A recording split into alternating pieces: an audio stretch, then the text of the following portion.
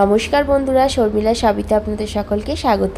আজ আমি আপনাদের সামনে নারকেল দিয়ে নিরামিষ একটি ঘুগনির রেসিপি নিয়ে হাজির হয়েছি। ভিডিওটি আপনারা অবশ্যই দেখবেন, স্কিপ না করে। চলুন তাহলে ভিডিওটি শুরু করা যাক। প্রথমে একটা পাত্রের মধ্যে আমি 200 গ্রাম মটর কড়াই নিয়ে নিয়েছি। এবার এর মধ্যে জল দিয়ে আমি এটাকে সারা রাত ভিজিয়ে রাখবো। দেখুন বন্ধুরা, মটর কড়াইগুলো আমি ওভারনাইট ভিজিয়ে রেখেছিলাম, এইরকমভাবে ভিজে গেছে। আপনারা যদি ওভারনাইট ভেজাতে না চান তাহলে কিন্তু এটা অন্তত 6 থেকে 7 ঘন্টা ভিজিয়ে রাখতেই হবে। এবার একটা প্রেসার কুকারের মধ্যে এই ভেজানো কড়াইগুলো আমি দিয়ে দিচ্ছি। এবার এর মধ্যে অল্প একটু জল দিয়ে দিলাম, সামান্য পরিমাণ দিলাম হলুদ গুঁড়ো, আর পরিমাণ মতো একটু নুন এখানে দিয়ে দিলাম। এটাকে এবার ঢাকা দিয়ে আমি সেদ্ধ করে বাকি রান্নায় ফিরে আসছি।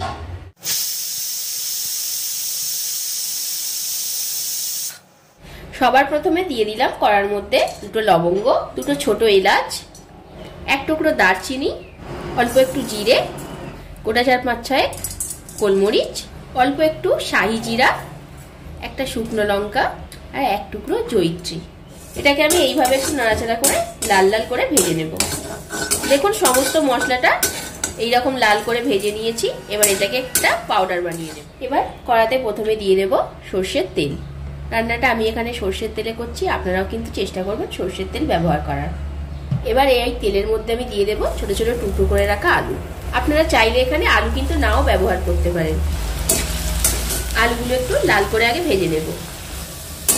দেখুন আলুগুলো বেশ লাল করে ভাজা হয়ে গেছে, আর মোটামুটি আলুটা দেখুন সেদ্ধও হয়ে গেছে। এবার আমি এখানে দিয়ে দেব ঠিক আলুর মতোই ছোট ছোট করে টুকরো করা নারকেল। নারকেলটাও আলুর সাথে 2-1 মিনিট ধরে একটু ভেজে নেব। দেখুন আলু আর নারকেল বেশ লাল লাল করে ভাজা হয়ে গেছে। এবার এগুলোকে আমি কড়া থেকে তুলে নেব।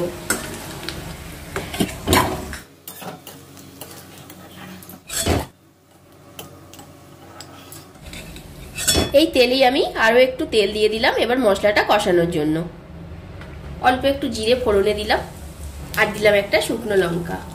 এবার দিয়ে দেবো একটা মিডিয়াম সাইজের টমেটো কুচি। টমেটোটা যাতে তাড়াতাড়ি গলে যায় তার জন্য অল্প একটু নুন দিয়ে দিলাম। এবার দিয়ে দিলাম আদা বাটা।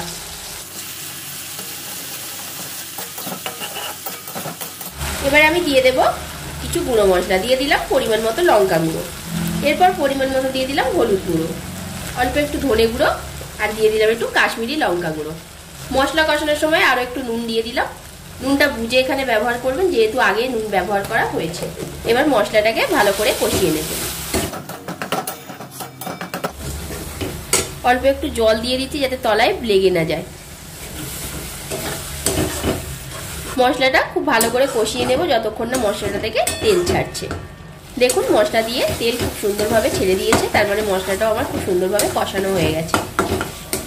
এবার আমি আগে থেকে ভেজে রাখা আলু আর নারকেলটা দিয়ে দিচ্ছি। মশলার সাথে এগুলোকে একটু ভালো করে আগে মিশিয়ে নেব। দেখুন ভালো করে মিশিয়ে নিয়েছি। এবার দিয়ে দেব আগে থেকে সেদ্ধ করা মটর কড়াই। নুন হলুদ দিয়ে কড়াইটা আমি আগেই সেদ্ধ করে নিয়েছিলাম। এবার এই কড়াইটাকে মশলার সাথে ভালো করে আগে মিশিয়ে নেব। কড়াইটার সাথে সমস্ত মশলা ভালো করে মিশিয়ে নিয়েছি। এবার আমি এখানে পরিমাণ মতো জল দিয়ে দেব। আমি বেশি জল এখানে ব্যবহার করব না। আপনারা যদি একটু ঝোল পছন্দ করেন তাহলে জলটা এখানে একটু বেশি ব্যবহার করতেই পারেন। এবার আমি দিয়ে দিলাম সামান্য একটু চিনি। চিনিটা দেওয়ার পর আবারও একবার ভালো করে সবটা মিশিয়ে নিচ্ছি। নিরামিষ তরকারিতে একটু চিনি দিলে আর কি খেতে ভালো হয়, সেই জন্যই এখানে চিনিটা ব্যবহার করলাম।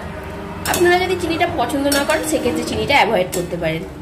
এবার এটাকে একটু 5 মিনিট ধরে ফুটিয়ে নেব। দেখুন জলটা অনেকটা শুকনো হয়ে গেছে, আর আমি জলটা শুকনো করব না, আমি এই রকম নামিয়ে নেব। তার আগে আমি দিয়ে দেব আগে থেকে যে ভাজা মশলাটা, সেইটা এখানে দিয়ে দিচ্ছি। এটা দেওয়ার পর ঘুগনিটার সাথে পুরো মশলাটা একবার মিশিয়ে নিচ্ছি। এবার আমি সবশেষে দিয়ে দেব ধনেপাতা কুচি। নারকেল দিয়ে নিরামিষ ঘুগনি পুরোপুরি রেডি হয়ে গেছে। আজকের রেসিপি যদি আপনাদের ভালো লেগে থাকে তাহলে অবশ্যই একটা লাইক, কমেন্ট অ্যান্ড শেয়ার করবেন। আর যারা চ্যানেলটিকে সাবস্ক্রাইব করেনি প্লিজ চ্যানেলটিকে সাবস্ক্রাইব করে দিয়ে পাশে থাকবেন।